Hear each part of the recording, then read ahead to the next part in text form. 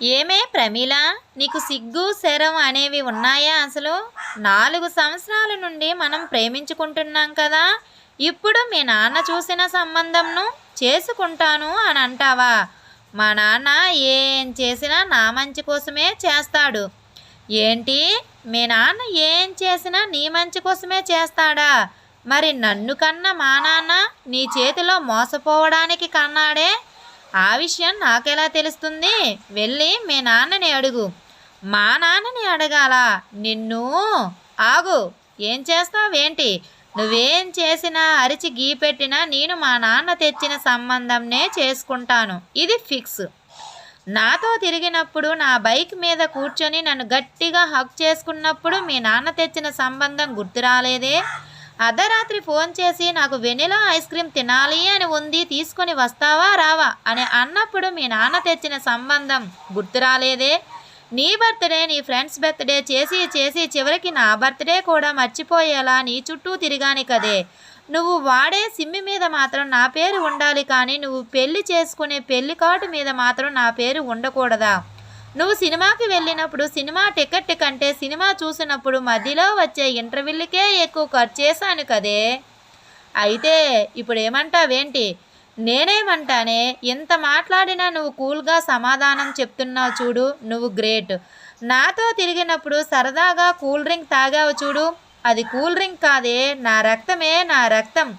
అసలు అమ్మాయి వైపే కన్నెత్తి చూడని నన్ను నువ్వే నా దగ్గరికి వచ్చి ఐ లవ్ యూ అని చెప్పి నీ చుట్టూ నన్ను తిరిగేలా చేసుకుని ఇప్పుడు నన్ను కాదంటావా?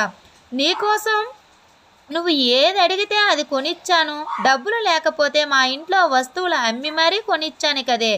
ఇప్పుడు నువ్వు మీ నాన్న తెచ్చిన సంబంధంను చక్కగా పెళ్లి చేసుకొని పిల్లలకి అంటావు. నిన్నే తలుచుకొని నేను బార్లు చుట్టూ తిరగాలే. నన్ను మర్చిపోయి వేరే అమ్మాయిని వెతుక్కో. నా చుట్టూ ఎలా తిరిగావో దాని చుట్టూ అలానే తిరుగు. నాకు ఎలా అయితే ఖర్చు పెట్టావో దానికి అలానే ఖర్చు పెట్టు. ఇంత చిన్న విషయంకి ఎందుకలా అరుస్తున్నావు? నా బాధ నీకు అరవడంలాగా ఉందే. వేరే అమ్మాయిని చూసుకోవడానికి దానికి ఖర్చు చెయ్యాలా? ఏముందనే ఖర్చు చేయడానికి? ఉన్నదంతా నువ్వే నాకేసావు కదే. ఇంకా నా దగ్గర ఏముంది ఖర్చు చేయడానికి? నిన్నెవడు అంత నిజాయితీగా ప్రేమించమన్నాడు? ఓకే, ఇక నేను వెళ్ళొస్తాను. ఇప్పటికే చాలా లేట్ అయింది. ఏంటి, ఇప్పటికే చాలా లేట్ అయిందా? నన్ను చీకటిలోనికి తోసేసి నువ్వు వెలుగులోనికి వెళ్తున్నావా? ప్రమీల, ప్రమీల, ప్రమీల. ఇద్దరు ఫ్రెండ్స్ మధ్య సంభాషణ. ఎదురుంటి అమ్మాయి వచ్చి రాఖీ కట్టింది అన్నావు. ఎంత ఇచ్చావేంటి? 10 రూపాయలు ఇచ్చాన్రా. ఎక్కువైపోతుందేమో.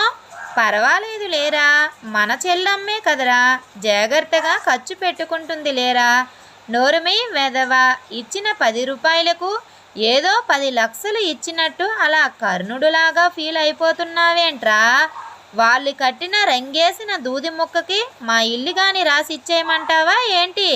పైగా మా కొట్టులో కాక పక్క వీధిలో ఉన్న కొట్టులో కొనుక్కొచ్చి నీకోసం ఆన్లైన్లో ఆర్డర్ చేశాను అని చెప్తుంది. అదొక బొక్క. తీరా చూస్తే 3 రూపాయలు రాకి, 5 రూపాయలు స్వీటు, మొత్తం 8 రూపాయలు.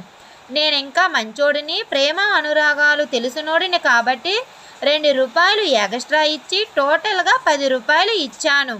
ఒరే, అది బుర్రా బిజినెస్ మ్యాన్ సీడీనా? వాళ్ళకి ఏం కావాలో అడిగే అవకాశం కూడా ఇవ్వలేదురా నువ్వు.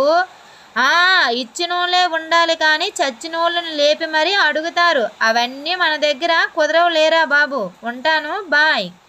Thank you friends. ఈ వీడియో కనుక మీకు నచ్చినట్లయితే ప్లీజ్ లైక్ చేయండి. Please subscribe my channel. Thank you.